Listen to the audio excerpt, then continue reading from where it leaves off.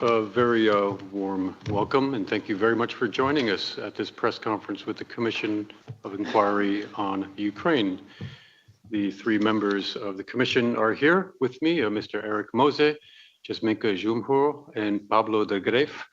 The commissioners presented their oral update to the Human Rights Council this morning. Nearly 60 states participated thus far. We have a number of NGOs that are going to speak after this lunch break at 3 p.m. The commissioners will be back in the council chamber to resume this dialogue. They'll deliver some concluding remarks. They wanted to take this opportunity to meet with you. This is the first time that the commissioners are holding a press conference, full press conference here in Geneva. Just to recall that the commission was created by the Human Rights Council in March this year. The three commissioners subsequently were appointed by the president of the council just a few weeks later. So I'll turn immediately to Mr. Mose for opening remarks, and then Ms. Jumhur will also add some points, as well as Mr. de Greif, and then to you for your questions. Thank you. Yes, just a little good afternoon and just a little introduction. As you know, we just delivered our oral report to the Human Rights Council, and the report we have submitted now, this oral report relates to 4 areas in Ukraine, and these 4 areas were selected because they were mentioned in the second resolution by the Human Rights Council, and they are Kiev, Chernihiv, Kharkiv, and Sumy. As regards our methodology, very briefly, we focus on events in view of their gravity, their significance in demonstrating patterns of alleged violations, and the possibility, of course, to gain access to victims, witnesses, and supporting documentation. And based on the evidence gathered so far during the Commission's existence, we found, after having carried out the investigations in these 4 areas just mentioned, we found that war crimes were committed in Ukraine. Explosive weapons were used by the Russian Federation forces without distinguishing between civilians and combatants in populated areas. We were struck by a large number of executions and other violations by Russian forces, and the Commission received consistent accounts of torture and ill treatment under condition of unlawful detention in facilities both in Ukraine and in the Russian Federation. Good afternoon. Thank you for your interest. And there are always questions related to our investigation on violation against children and gender sexual violence. And the war in Ukraine has taken a tragic toll on the lives of civilians, including the displacement of the third of population. The Commission investigated cases of sexual gender-based violence. It documented cases in which some Russian Federation soldiers made such crime. Also, we documented that children were exposed to violations and crimes, including forced displacement and separation from family members.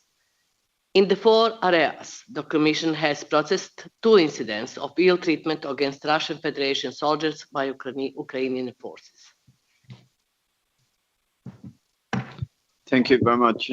If I may be allowed a small parenthetical remark, I want to thank all of you. I happen to think that the press plays a very important role in accountability processes. So thank you very much for your interest. The Commission will continue gathering evidence. We are at the midway point, more or less, of our existence, and we will continue gathering evidence. Now going back to the broader mandate that we received in the resolution that created the Commission in the first place. That is broader geographically, but also thematically. It will continue to try to share and to coordinate as much as possible with other judicial and investigatory instances, And it will continue to work on what it has called its victim-centered approach, which we interpret as first trying to prevent re-traumatization and the re-interviewing of victims, adhering meticulously to respect for them and to respect for issues having to do with the disclosure or the confidentiality of information, as the case may be. But also it interprets a victim-centered approach as supplementing the judicial accountability measures with other measures that may make a difference for the life of victims, such as measures of recognition, measures of reparation, and measures of prevention. So I'll stop here. Thank you all very much for those remarks. Over to you for questions now. We have Agnes from AFP in the room.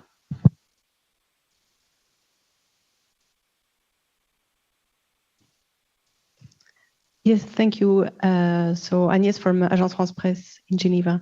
We would like to ask you about the crimes against humanity, because you are talking about war crimes, and we wanted to know if you have evidence of crimes against humanity and any indication you have on that. Thank you. So far, we have not concluded that there are crimes against humanity. This is an ongoing process, and we will continue our investigations and our analysis, but we have deliberately stated that we have found war crimes. Follow-up. Go ahead, Agnes. Yep. Yes, sir, if I may follow up, could you explain why you haven't found that crimes against humanity? Is there something that is lacking, and could you explain us what? There is a need for partly more evidential evidence and partly for more analysis. And this is, as you know, preliminary findings, and it's a general strategy of this commission only to say what we are convinced about. And at this stage, this is where we are. Okay, thank you, Mr. Mose. We have a bunch of questions coming from online. We have Laurent Sierro of Swiss News Agency. We'll start with Laurent. Yeah, thank you, Rolando. Thank you, Rolando. Thank you, commissioners, for the press conference. First, as you investigated in the broader Kyiv region, that was one of the 4 regions which were requested by the council. Could you tell us what conclusion you drew on what happened in Bucha? And this morning, there was a call by the Ukrainian representative to investigate the situation in Izium. Is that going to be the area where you plan to investigate next time you go to Ukraine? Thank you. Bucha was one of the places where we found executions and ill treatment before executions, as mentioned in our oral statement. And as regards Izium, this is of course a novel incident, but we certainly intend to look into the Izium event as well.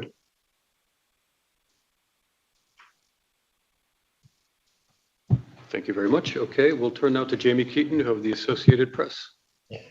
Good afternoon. Thank you very much, Rolanda, for taking my question. I wanted to just touch on a couple of things.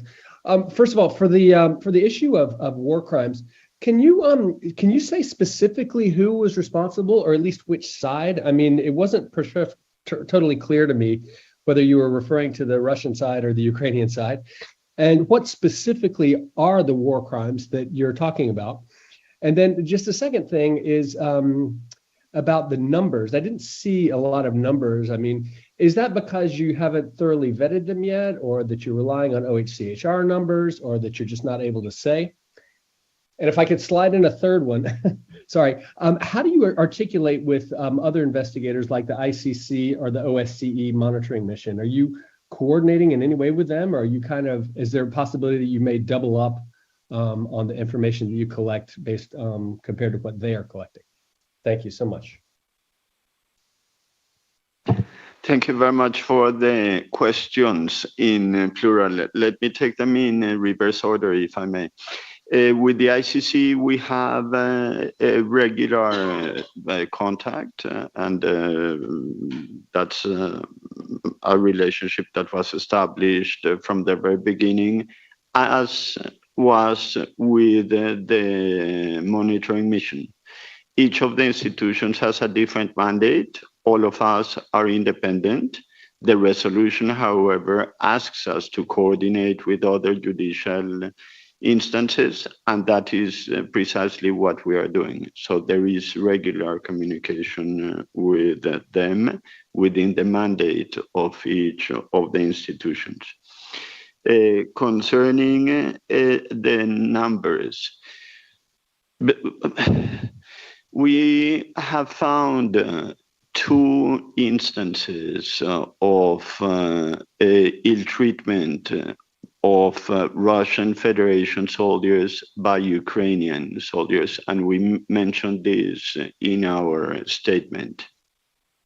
We have found, obviously, significantly larger numbers of instances that amount to war crimes on the part of the Russian Federation.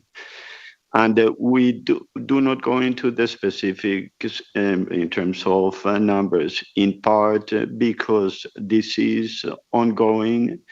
We go by on the basis of primarily of our own investigations and testimonies and evidence that we gather first, that we can corroborate by other means.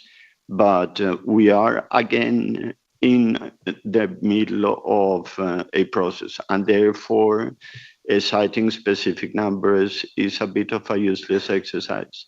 In terms of the concrete events that we think constitute war crimes, we also mentioned some of them in the statement that we made.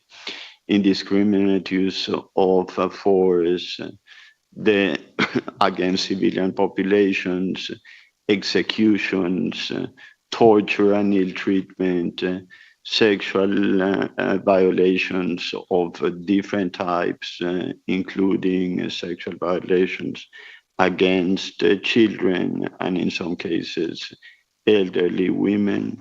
So, I mean, the catalog is broad.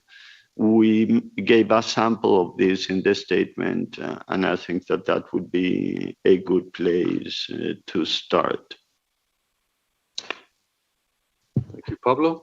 We'll take a question in the room from Nabil from Al Arabi TV, just in the back there. Thank you, Nabil Abisab, Al Arabi TV station. So how high you can go in the hierarchy of responsibilities of these atrocities on both sides? Did you manage to reach certain names or level of authority on both sides? And second question about mercenaries or foreign fighters in general. Obviously, there is a lot of reports about foreign fighters on both sides. Did you establish any facts about their role also in the atrocities? Thank you.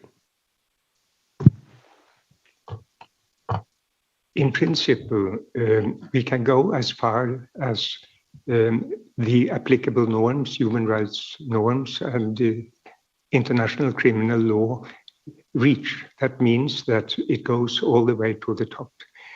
That's in principle, but of course that requires necessary evidence. And at this stage, we are more at the ground level. When it comes to the issues of names, that's something we would have to come back to in our final report. It follows from our mandate that we shall try to individualize perpetrators, and we will do our best to do so. And if we manage, then we will certainly deal with that in our report in March 2023. As regards foreign fighters, I'm not aware that that has been an issue. Thank you, very much, Mr. Mose. We have Jan Dirk Herbermann of German newspapers. Jan Dirk, go ahead. Yes. Good afternoon. Jan Herbermann. I write for Tagesspiegel Berlin and other German language media. Basically, I have two questions. The first one, do you have any contact to the Russian army or to other Russian authorities? And secondly, I'd like to ask you on the nature of the war crimes committed by the Russian troops. Do you have indications that they commit these crimes in a sort of systematic way, or is it more a sort of spontaneous act they commit? Thanks. I will take the first question and then Mr. Zumbudu will take the second one. We have not been in touch with, we have tried to reach out to the Russian authorities, but have not far succeeded, but we will persist in our efforts. Thank you for your question, and having in mind that we have a really limited investigation during the past few months and limited areas, we came out only with crimes which we specified in our oral statement. We didn't find still that such behaviors present patterns, but we will continue with our investigation. Definitely that's what we can confirm, that ill treatment, killings, sexual violence, torture have been made by individuals which at that time when they made crime were under Russian soldiers. Thank you very much. We now have a question from Stefan Vospernik of Austrian Press Agency. Go ahead, Stefan. Yes, thank you very much. Good afternoon from Vienna. My question is, I would just like to get it right. Is it true to say that war crimes were committed by both sides, by the Ukrainian side and by the Russian side? Or does this ill treatment of the Russian soldiers that have been reported to you do not amount to a war crime? And the second question is,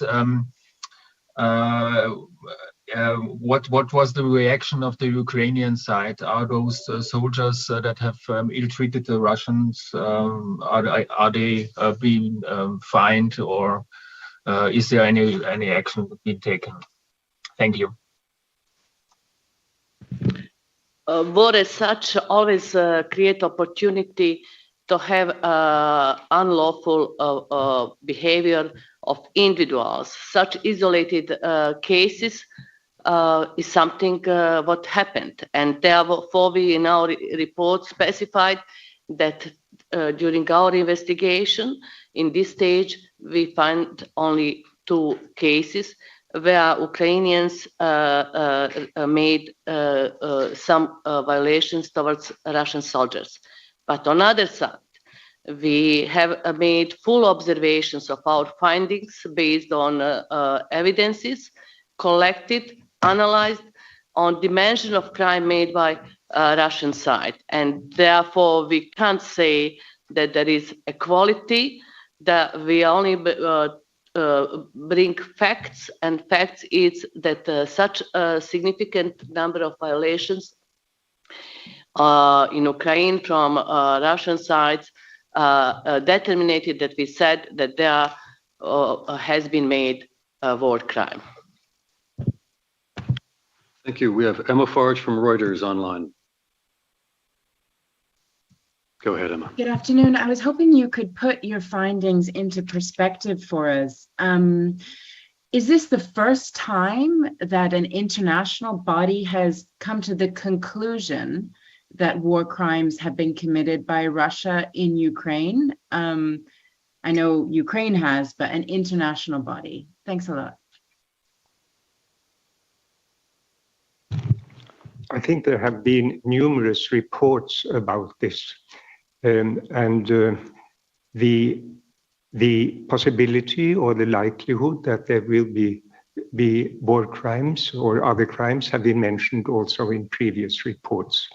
But here we have been on the ground, conducted an evidentiary mission, and on that basis have concluded that what we saw amounted to, according to our evidence, to war crimes.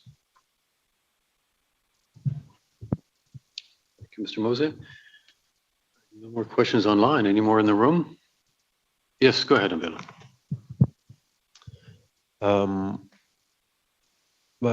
Are you working with third parties or governments to collect information, mainly maybe satellite footages, drone videos, etc.? We see a lot of open sources information on the front lines. Also, the Russian government always says that the Russian ethnicities or communities in eastern Ukraine have been subject to harassments or discrimination. Have you seen any evidence that they also were subject to atrocities or crimes? Thank you. Just to the second question, we have not found evidence to that effect based on our mission to these 4 areas. Yeah, and if I may, an additional point to the one just made by the chair. Please keep in mind, we have not had access to the areas that are not controlled at present by the Ukrainian government, which is where some of the sources of those allegations come from. So we haven't had the opportunity to do direct investigations other than indirectly through other sources. Regarding your first questions, we rely, and this is a point to emphasize, we rely primarily on evidence that the Commission gathers itself. We have, of course, made a call for information, which is public. It's in our website. People have responded to those calls, so we are open to information from many different sources, but ultimately the conclusions that we include in our reports, including in today's oral statements, are conclusions that we arrive on the basis of evidence that we have gathered ourselves. Interviews, documents, crime scene investigations, the investigation of weapons, remnants. We have obviously a team of investigators in the Secretariat. That team has been to Ukraine, of course, and our main sources are sources gathered directly, although again, of course, we are open to receiving information from other parties subject to our analysis subsequently. Thank you. We have a question now from Carmen Lucia of El Tiempo. Go ahead, Carmen. Good afternoon. Thank you very much, Rolando, and thank you very much, commissioners, for this press conference. So back in May, you raised concerns regarding the budget. I would like to know how it is going. Do you have enough staff? Do you have enough resources? And if not, well, what do you need? Thank you very much. Well, the UN has adopted a budget for this commission. It provides us with secretariat in Vienna, consisting of 22 persons, and 2 are to come. With other words, we have 24 persons employed in our secretariat. This staff is composed of 8 investigators, and the staff includes experts in gender issues, sexual issues, digital competence, etc., etc. So, of course, given the magnitude and the short time available for this mission until March next year, one could always wish, but this is acceptable. This is what we have, and we will, with those resources, be able to complete our mandate as expected by the Human Rights Council. Thank you. Okay, we have Nina Larson of AFP online. Nina, go ahead. Yeah, thank you for taking my question. I just wanted to circle back to what you were talking about earlier about possible perpetrators. I know that you haven't listed any yet, but I was wondering if you were preparing to draft a list, as other commissions of inquiry have done, and if that's something that you're preparing to do for future prosecution. Thank you. Thanks for the question. The mandate that created the commission calls on us to try to make attributions of responsibility. So this is part of the framework within which we operate. Of course, whether that is possible or not depends on the availability of evidence, and that will determine whether such a list can be compiled or not. Thank you. A question now from Antonio of Spanish News Agency. Antonio? Okay. Sorry, can you hear me now? Go ahead. Yes, very well. Thanks. I just want to clarify if it's you three who have been in Ukraine, or it's your team who has done the investigation on the ground. And I also would like to know if you have received any pressure or threats that try to make your investigation difficult. Thank you very much.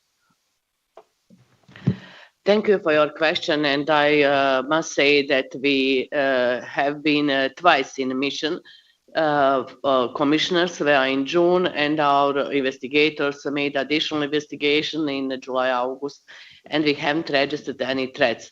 Opposite of that, we have excellent cooperation with all actors, and particularly with civil society, and definitely that what we present today to Human Rights Council is based on our direct collecting evidences. Thank you. Okay, any further questions in the room or online? No, I don't see any questions popping up. So on that note, I'd like to thank you all again very much for joining us, and for you for this important reporting that you're doing. And of course, to remind you that the commissioners, as noted, will be back in March to present a comprehensive written report. We'll have information on the date closer to that encounter. So thank you once again.